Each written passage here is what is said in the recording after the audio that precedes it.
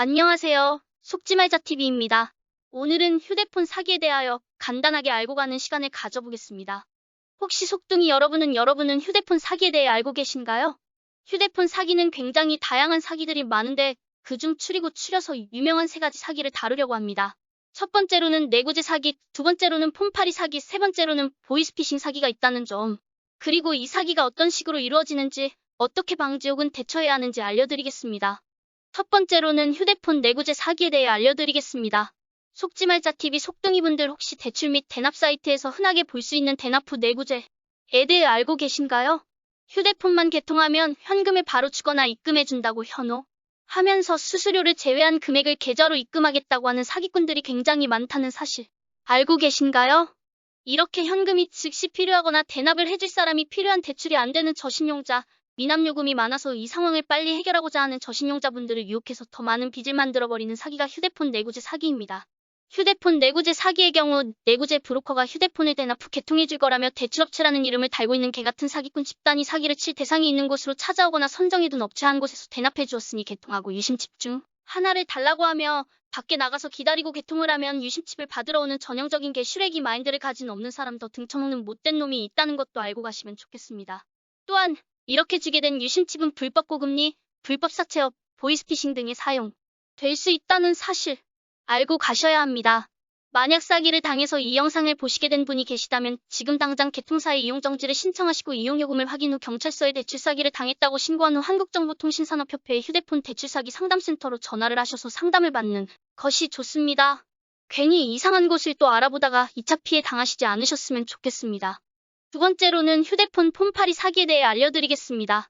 일부 악질 폰파리들은 할부를 토대로 휴대폰 할부 사기를 친다는 사실 알고 있습니까?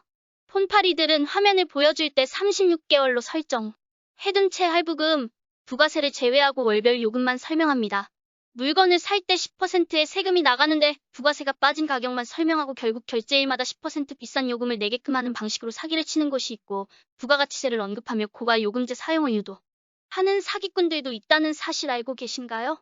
악질 폰파리들에게 사기를 당하지 않기 위해서 폰을 살 때에는 녹취를 반드시 요청하셔야 합니다.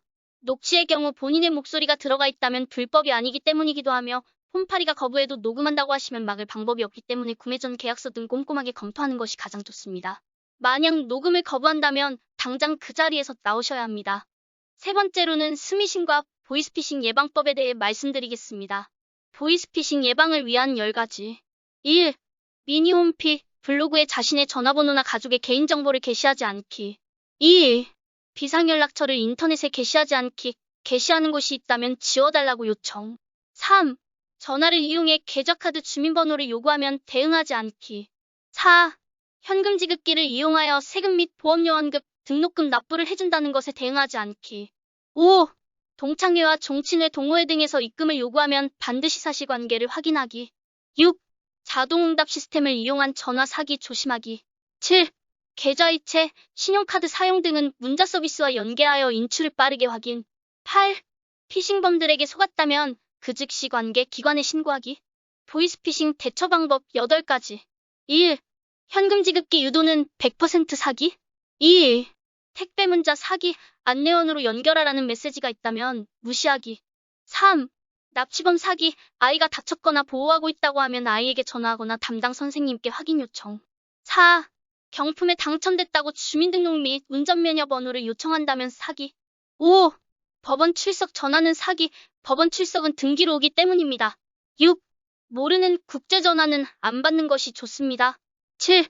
국세청, 국민건강공단, 연금관리공단, 신용카드 수사기관원 등에서 전화 오면 신중히 듣되 돈을 요구하거나 개인정보를 요구하면 그냥 무시하고 끊어도 됩니다. 8. 개인정보 등을 요구하는 경우는 절대 없다는 점을 알고 계셔야 합니다. 그 외 정보에 대해서 말씀드리겠습니다.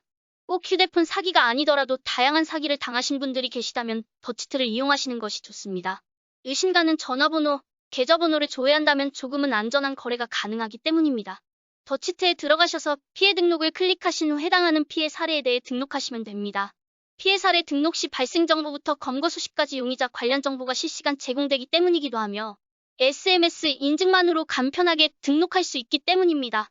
이번 영상이 도움이 되셨다면 구독과 좋아요 부탁드립니다. 앞으로도 많은 사람들이 속지 않도록 많은 정보를 공유하겠습니다. 그리고 지금은 많이 부족하더라도 꾸준히 발전하는 유튜버가 되도록 노력하겠습니다.